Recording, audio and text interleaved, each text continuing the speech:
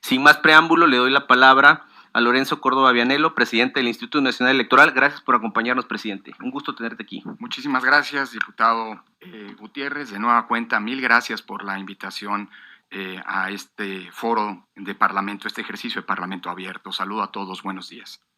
En el marco de este foro, no está mal recordar a 80 años del exilio español la sabia advertencia de José Ortega y Gasset cuando señalaba que, cito, la salud de las democracias, cualesquiera que sean su tipo y su grado, depende de un mísero detalle técnico, el procedimiento electoral.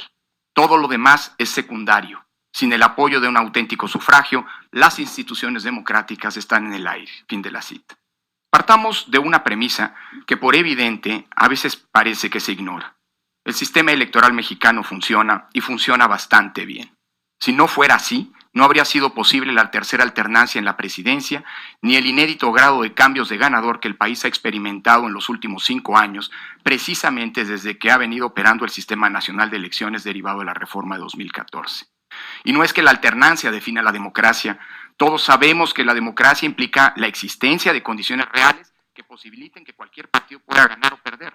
Si la alternancia ocurre o no, es porque así lo decían los electores con su voto. Pero el dato es que estas condiciones existen en el país. Solo así se explica que en alrededor del 60% de las elecciones realizadas desde 2014 a nivel municipal, estatal y federal hayan habido alternancias y todos, repito, todos los partidos se han beneficiado de ese hecho. Para muestra, un botón. En 35 elecciones de gobernador entre 2015 y 2019 ha habido 23 alternancias, es decir, 2/3 partes del total. Además, en los procesos de 2018 y 2019, al mínimo los conflictos postelectorales y ha habido una aceptación casi unánime de los resultados. Estas elecciones, particularmente las del año pasado, son hoy un punto de referencia y de reconocimiento a nivel internacional, tanto por la capacidad de realizar comicios en situaciones complejas y de inseguridad, por las decisiones que garantizaron la paridad de género en la representación política, por el exitoso combate a la desinformación basado no en la censura o la criminalización de las noticias falsas, sino en información proactiva y pedagógica de las autoridades electorales, así como por el modelo de fiscalización, el más exhaustivo a nivel mundial.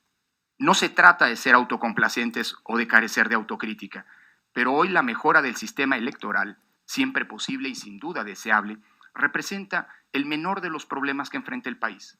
Volvamos la vista atrás, a 1989, y quizá la única asignatura en la que hemos avanzado consistentemente es la de contar con elecciones libres, equitativas y confiables.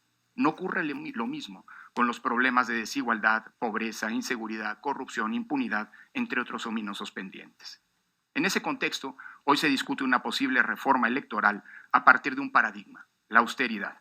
Se dice que el sistema es costoso y por lo tanto deben abaratarse las elecciones. ¿Cómo?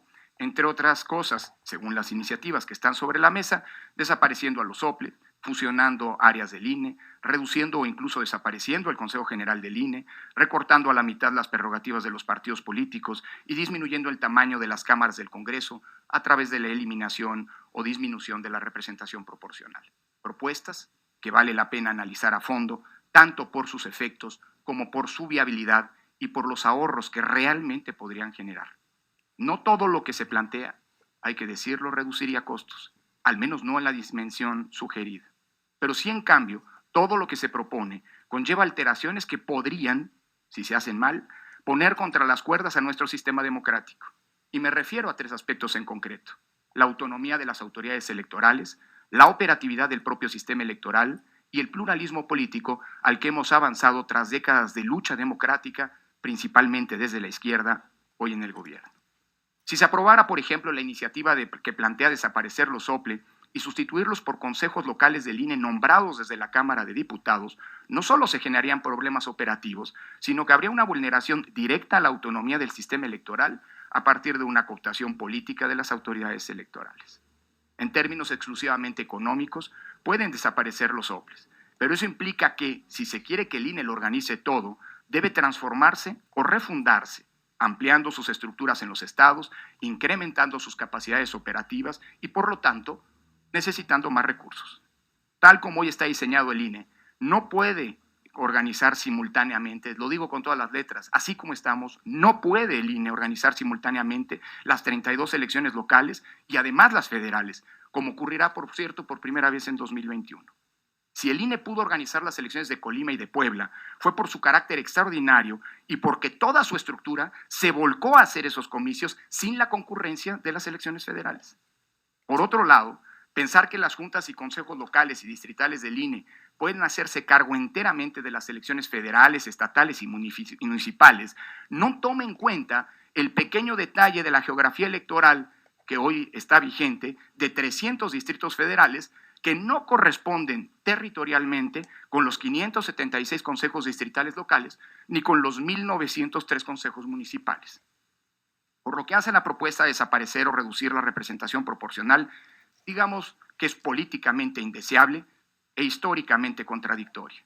Eliminar o disminuir dicho mecanismo mina el carácter incluyente de nuestro sistema político y restringe el espacio que deben tener en democracia las minorías para participar en la toma de las decisiones. La representación proporcional es una conquista de los reclamos democráticos para garantizar el pluralismo.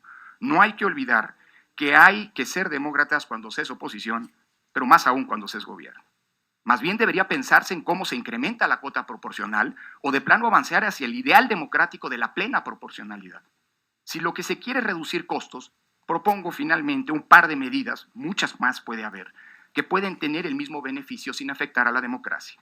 El haber aumentado el financiamiento público local a los partidos políticos en 2014 implicó que hoy, además de los recursos federales, se eroguen 4.500 millones de pesos con cargo a las finanzas estatales.